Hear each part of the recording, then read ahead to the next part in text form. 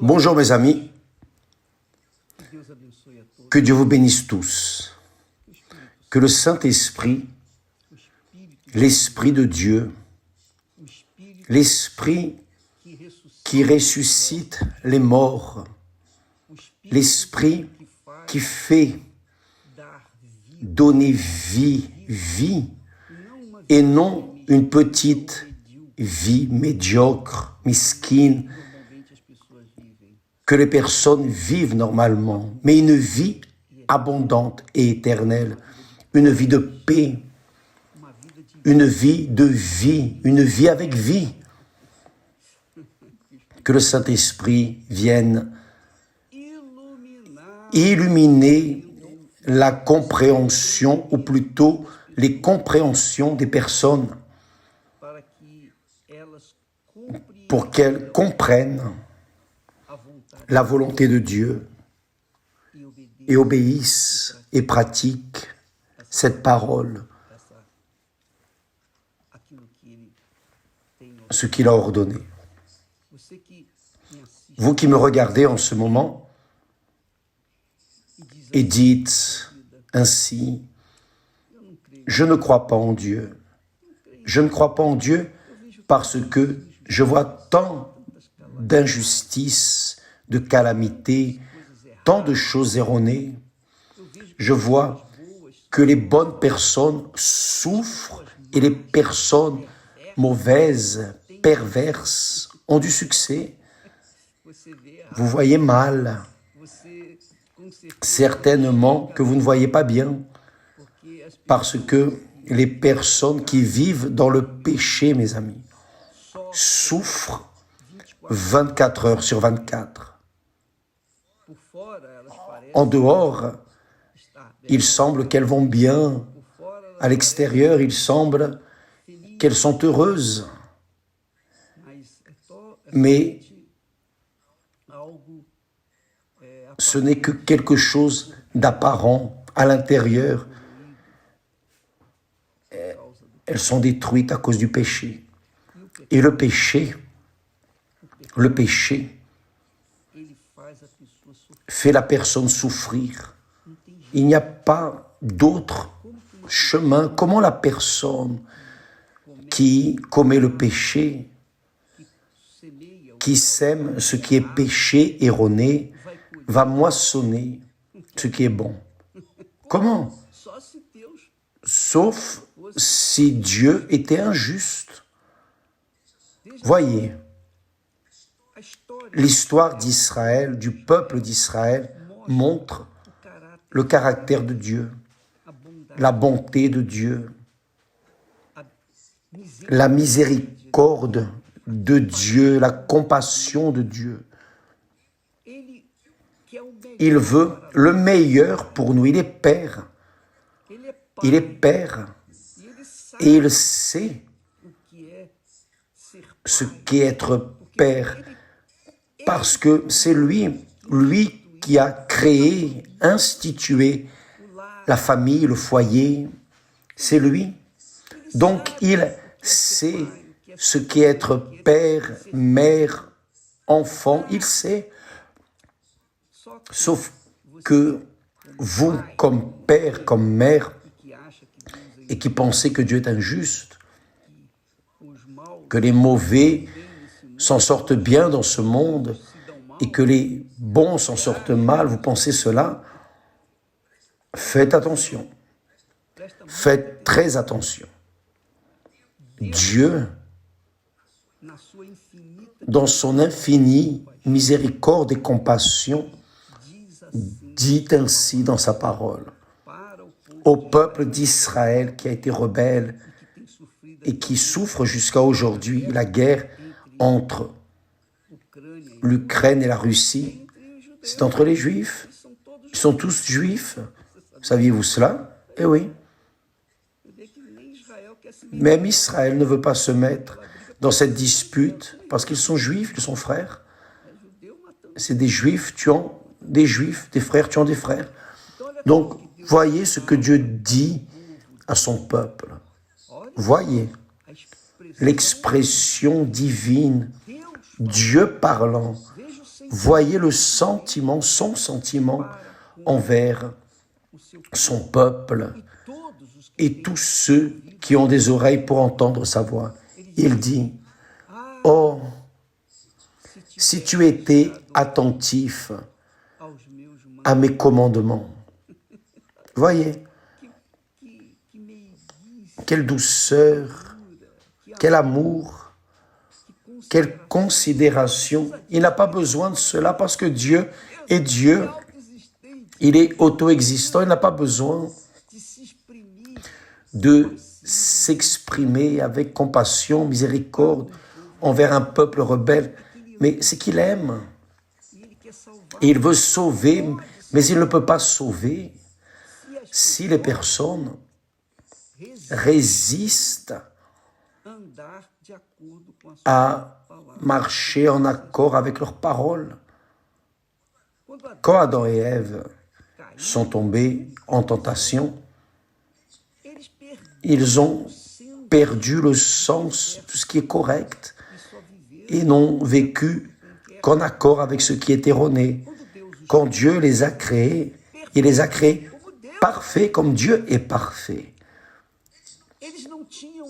Ils n'avaient pas l'option de l'erreur. Ils n'avaient pas le choix de l'erreur. Ils n'avaient qu'un choix. Le choix de ce qui est correct. C'est ce que Dieu a fait. Donc, Dieu a mis l'arbre, un arbre, au milieu du jardin.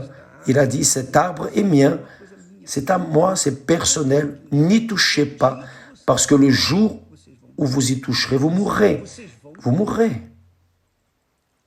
Très bien. Adam et Ève ne connaissaient que le bien. Il n'y avait pas à choisir entre droite et gauche. Ce qu'ils choisiraient serait le correct. Il n'y avait ni laid ni beau. Il y avait, oui, tout était parfait, tout correct, tout était conforme, tout comme Dieu avait fait, parfait. Mais lorsqu'ils se sont rebellés contre la parole de Dieu, par curiosité, ils ont voulu savoir l'autre côté. Alors, le mal est né, le mal a surgi. Et dès lors, dès cette rébellion, l'être humain a choisi le mal. L'être humain ne choisit que des choses erronées. L'être humain, il a un côté mal pécamineux, c'est cela. Mais il existe le bon côté. Mais il ne voit pas le bon côté, il ne voit que ce qui est mauvais. Donc il marche à travers les mauvais choix, mauvais, des choix perverses. Par conséquent, il moissonne ce qu'il sème. Alors, vous êtes mère, vous êtes père, vous avez des enfants. Et lorsque vous les éduquez, vous leur donnez le meilleur. Mais s'ils ne veulent pas, lorsqu'ils arrivent à un certain âge, s'ils ne veulent pas obéir, s'ils veulent suivre leur propre chemin, que pouvez-vous faire pour eux? Vous avez un enfant, un fils, une fille dans les drogues en ce moment, et là, dans la rue. Et vous avez les conditions de le mettre dans une clinique, d'en prendre soin, de les traiter, mais ils ne veulent pas rester à la maison, ne veulent pas prendre un bain, ne veulent pas suivre les normes de ce qui est correct. Ils ne veulent pas s'alimenter, ne veulent pas se traiter, ne veulent pas le meilleur. Alors, ils s'assujettissent, se soumettent à rester couchés, prostrés dans la rue. Et là, papa, maman, que pouvez-vous faire? Si vous y allez, essayant de les ramener à la maison, ils vont vous agresser. Et vous pouvez même courir le risque d'être tué par votre propre fils, votre propre fille. Pourquoi? Parce que c'est l'esprit du péché. Donc, librement, ils ont choisi ce chemin et ils souffrent. Ainsi est Dieu. Et Dieu permet que ces choses horribles se produisent. Maintenant, il y a ces drogues qui laissent la personne complètement dopée et avec la tendance à mourir rapidement. Donc, les personnes essayent tout. Pourquoi font-elles cela?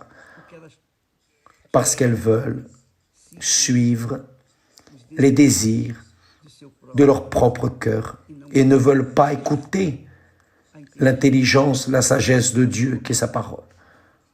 Donc elles souffrent. Et qu'est-ce que Dieu peut faire? Rien, il ne peut rien faire. Parce qu'il nous a donné le libre arbitre, le droit de choisir. Aller à gauche ou à droite, le bien, le mal. Il nous a donné le droit de choisir ce que nous voulons. Le fruit que nous voulons manger. C'est un droit personnel de chacun, individuellement. Donc, quand la personne choisit mal, ce qui est le normal, normalement, elle moissonne les fruits du mal. Mais il dit à son peuple, là dans le passé, il a dit, « Oh, si tu étais attentif à mes commandements, à ma parole, à mes conseils, ton bien-être serait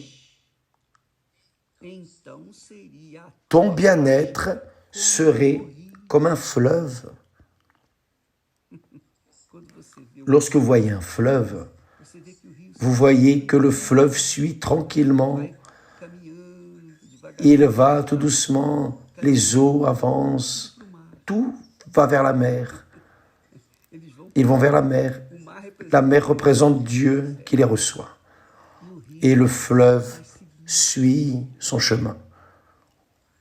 En paix. En paix.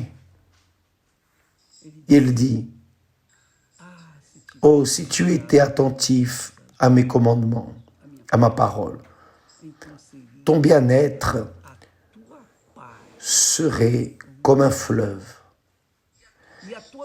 Et ton bonheur comme les flots de la mer. » Les flots de la mer. Ce qui vient mené par le vent se brise et revient de nouveau. C'est-à-dire la justice permanente. Et il dit, ta postérité, tes enfants, les enfants de tes enfants, ta postérité serait comme le sable, une multitude, et les fruits de tes entrailles comme les grains de sable. Voyez, les fruits de tes entrailles. Ton nom ne serait point effacé, anéanti devant moi.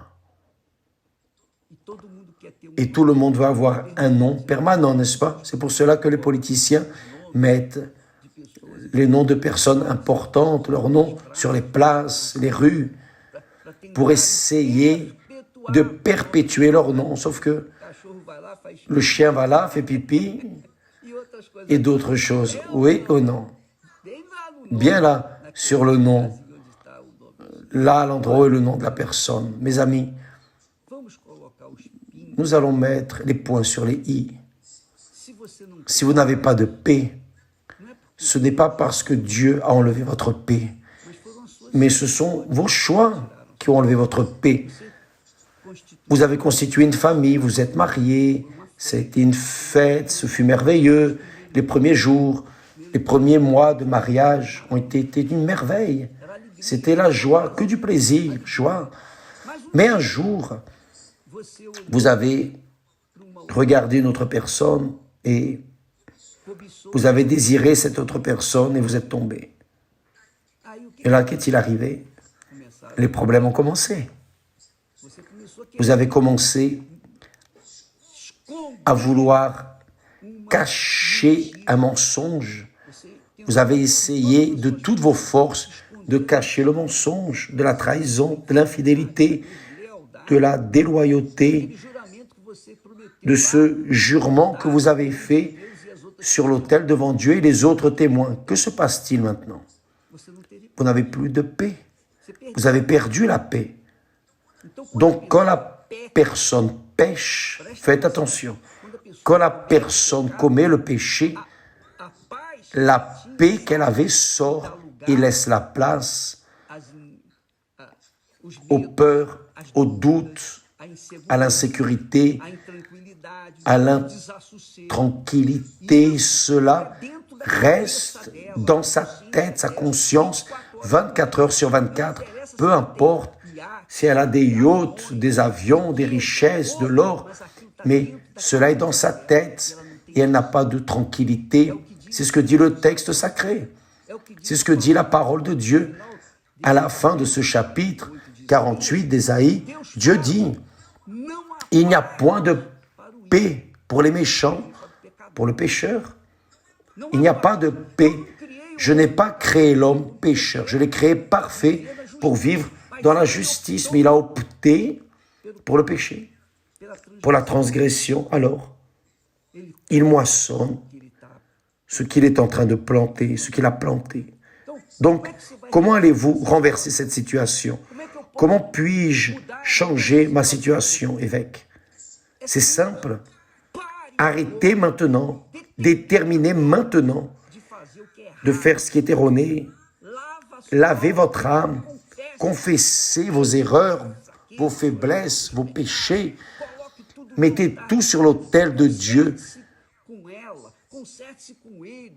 Faites la paix avec lui, avec vous. Soyez sincères, transparents. Je me suis trompé, j'ai failli. Je me suis laissé entraîner par ceci, cela, mais je suis là pour me rendre à toi. Vous aurez votre mariage restauré, racheté, et Dieu va vous bénir. Il promet cela. Parce que si vous faites cela, vous faites ce qui est correct, ce qui est juste. Et par conséquent, Dieu reste dans l'obligation de bénir votre choix de ce qui est juste, parce qu'il est justice. La justice vient de lui, il est la propre justice. Il est amour, mais il est justice.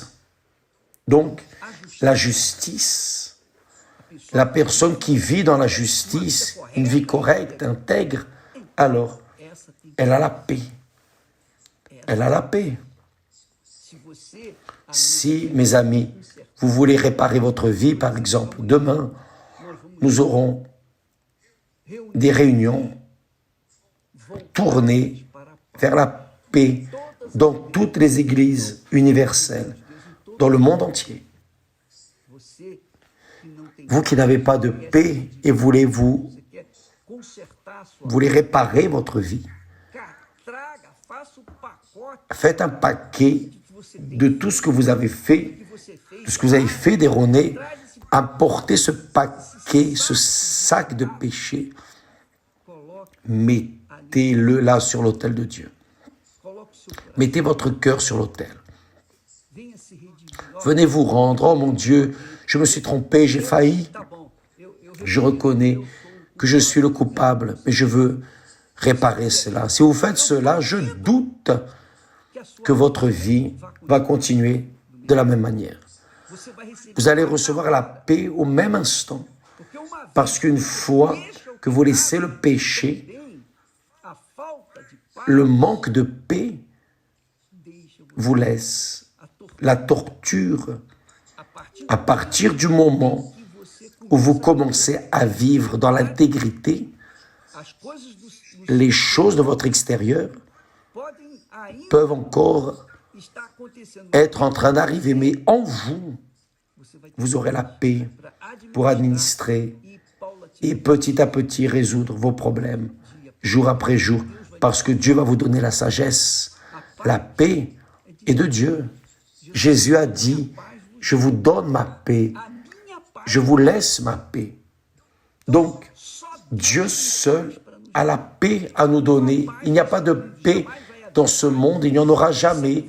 Il y aura toujours des guerres jusqu'à la fin de tout. Ce que nous sommes, cela est proche d'arriver. La paix vient de Dieu pour tous ceux qui aiment la paix, qui veulent la paix, qui sont fatigués de souffrir, fatigués de porter un sentiment de culpabilité, de fracas. vous pouvez vous libérer de cette malédiction qui est là en vous, reconstruire votre foyer, votre maison, votre famille, votre vie. En premier lieu, vous devez reconstruire votre vie. Avant de reconstruire votre foyer, vous devez d'abord reconstruire votre propre vie. Parce que si vous n'avez pas de paix, comment allez-vous reconstruire votre maison avec paix? Ce n'est pas possible. Vous devez d'abord résoudre votre problème personnel, votre intérieur. Comme nous avons dit, la personne dit « Ah, je veux me marier pour être heureux ». Alors, si vous voulez vous marier pour être heureux, alors vous êtes malheureux. On présume que vous êtes déjà malheureux. Et si vous êtes malheureux, vous allez assembler le malheur avec le malheur. Parce que l'autre personne pense aussi « Je veux me marier pour être heureuse ». Donc, deux personnes malheureuses s'assemblent, vont donner quoi? Un malheur en double. Maintenant, vous imaginez les fruits de ce malheur doublé. Vous allez avoir une famille, des enfants, descendants, avec plus de problèmes, plus de malheurs. Et là, imaginez ce qu'il va arriver, ce qui se passe dans ce monde. C'est ce qui se passe.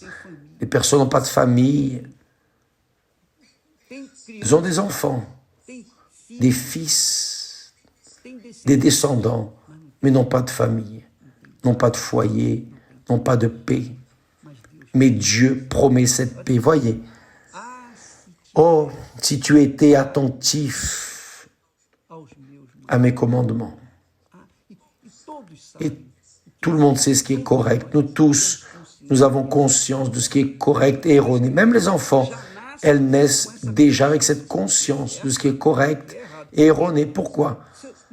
Nos parents, là, Adam et Ève, ont engendré des enfants ainsi. Ont engendré des enfants dans ce contexte qui n'ont pas de paix. Les enfants naissent déjà sans paix, mais avec la conscience de ce qui est correct et erroné. Donc, ils vont choisir quoi? Dans leur conscience, qu'est-ce qu'ils vont choisir? Le correct ou l'erroné? Ils vont choisir ce qui est erroné. Donc Dieu vous dit, mes chers amis, oh, si tu étais attentif à mes commandements. Ici, il nous parle aujourd'hui, oh, si tu étais attentif à mes commandements, si tu étais attentif à mes commandements aujourd'hui, ton bien-être serait comme un fleuve tranquille, serein, qui arrive jusqu'à la mer. Avez-vous compris, mes chers amis? Avez-vous compris? La paix est à votre disposition. La reconstruction de votre foyer est à votre disposition. La guérison de votre maladie émotive, votre infirmité de l'âme est à votre disposition, comme la guérison du corps physique. Votre vie peut être refaite, reconstruite. Il vous suffit de vouloir. Vous voulez, alors vous devez chercher. Et demain, dans toutes les églises universelles, nous serons en train de lutter pour que vous ayez la paix. Et je serai dans cette réunion spécialement à 9h30. Nous serons en train d'administrer cette paix que Dieu nous a donnée. Nous allons vous la transmettre. Si vous croyez, venez. Si vous ne croyez pas, restez là où vous êtes. Nous en restons là. Et que Dieu vous bénisse tous. N'oubliez pas que lundi commence la nouvelle phase de la série Roi. Vous qui attendiez, lundi maintenant, sur la TV Record. Que Dieu vous bénisse et à demain au nom du Seigneur Jésus. Amen.